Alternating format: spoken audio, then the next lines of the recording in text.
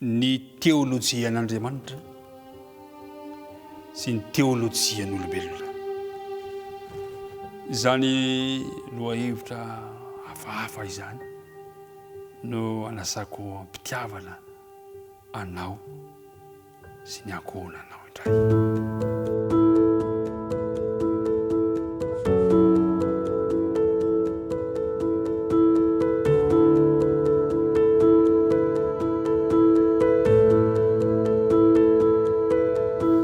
Miarabantsika rehetra amin'ity alarobia 5 volana Desambra ity.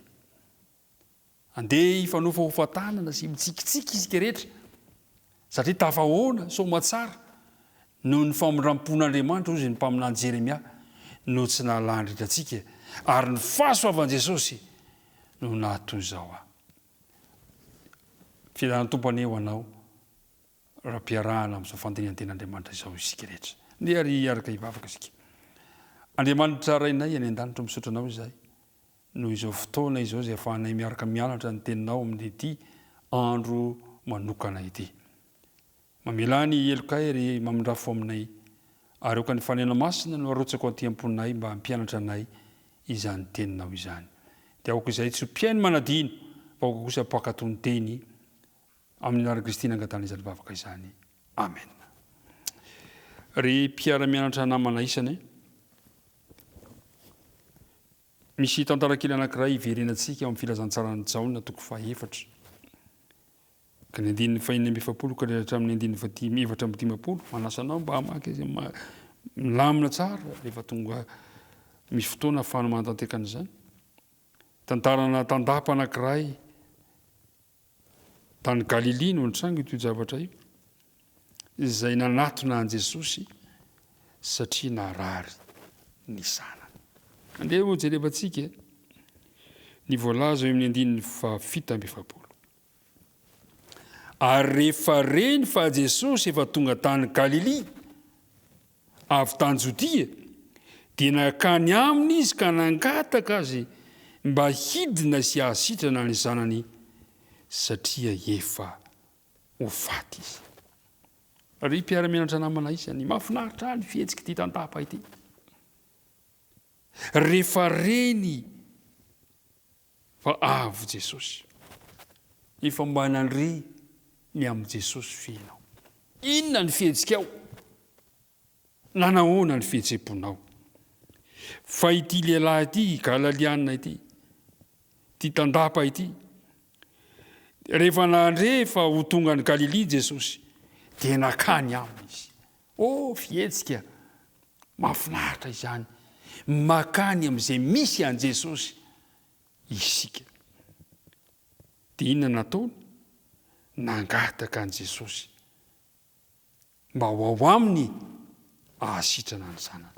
Na hatreto aloha dia fihetsika mahafinaritra ny fihetsika ilay raim-pianakaviana te hikarakara ny zanany. Raim-pianakaviana izay mitsinjo ny ankohonany. Raha raim-pianakaviana ianao no miaino amin'izao fotoana izao dia iriko mba ianao io raim-pianakaviana io. Saingy ny zavatra nisy kosa nefa eto. Nanatona an Jesosy izy. Tsy amin'ny maha Jesosy ilay fahazavana izao tontolo izao azy nanatonany. Fa izao nanatona an Jesosy izy satria mila fahasitranana ny zanany. Ity lehilahy ity mantsy dia nanapa-kevitra tsy hino an Jesosy raha tsy efa hita ny fahasitranana ny zanany. Izany no teolojian'olombelona namana isany. Teolojia avy ety ambany ny teolojian'ity lehilahy ity. Teolojia izay mametraka fitsipika sy fenitra mba hinonan'Andriamanitra sy ny tenany amin'ny toe-javatra anankiray izay hita ny maso. Ny fihevitr'olombelona izay tsy tonga lafatra sy voafetra ary koa mitanila no tonga fahefana faratapo ho entin'ny olona mandray ny hevitry ny soratra masina ary fandrika mampidi-toza ho an'ny olona izay te hanaraka an'i Kristy izany. Ary ararotany Satana isika amin'izay toe-javatra izay. Ny teolojia avy ety ambany dia tsy mety mino raha tsy misy ny pirofo ahitana zavatra anankiray. Fa ny teolojian'Andriamanitra kosa dia izao. mamaly amin'ny finoana dia ny finoanan'Andriamanitra sy ny teniny ho amboniny zavatra rehetra. Zany ny teolojian'Andriamanitra. Na misy fanasitranana, na tsy misy fanasitranana, na misy fahagagana, na tsy misy fahagagana, ny teolojian'Andriamanitra finoana, mino fa Andriamanitra ny mpamonjy. Ry mpiara-mianatra namanisany, tokony ampiliferina sy ampanekena ny ten'Andriamanitra ny fomba fijerin'olombelona. Fa ndraindray tady ho terentsika ny fomba fijerin'olombelona ny fanarahana ny tenin'Andriamanitra. Tsy maintsy mino ireo teny amin'ny soratra masina isika raha toka mino ny tenin' Jesosy. Ary zay nahatonga Jesosy manao hoe raha maharitra amin'ny teniko ianareo dia ho mpianatra, ny dikany hoe raha maharitra, raha mino ny teniko ianareo, raha manaiky ny teniko ianareo. Fa raha misalasala ny amin'ny tenin'Andriamanitra kosa isika dia tsy afaka hitoetra anatintsika ny tenin'ny Kristy, dia lasa manjaka ny fiainantsika mandrakariva ny teolojian'olombelona fa tsy ny teolojian'Andriamanitra.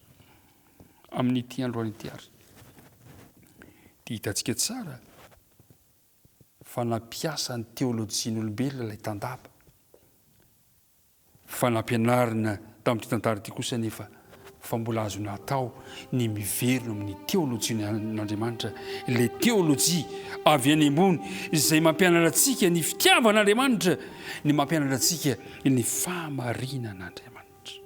Satria hoy Jesosy manao hoe raha misy olona tanao ny sitrapony dia alala ny amin'ny fampianarana izy, na fa amin'Andriamanitra izany na miteny ho ahy aho.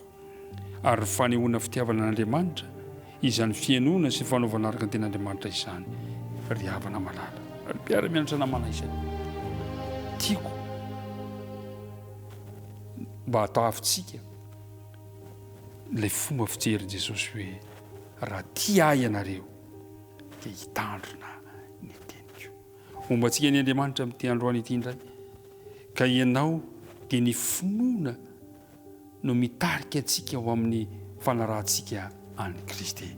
Dia apetraka eo ny teolojian'olombelona, ilay teolojia avy aty ambany izay tsy mitondra antsika ho amin'Andriamanitra fa mitondra antsika eto amin'ity tany ity ihany. Mombantsika ny Andriamanitra ka andeha hiaraka hivavaka isika amarina izao fotoana izao. Vavaka antsika. Andriamanitra rainay any an-danitro, tamin'ny alalan'ny izany tantaran'ilay tandapa, izany no nahafantaranay ny karazana teolojia, dia ny teolojia avy aty ambany sy ny teolojia avy any ambony, ny teolojian'olombelona sy ny teolojian'Andriamanitra mifanohitra tanteraka.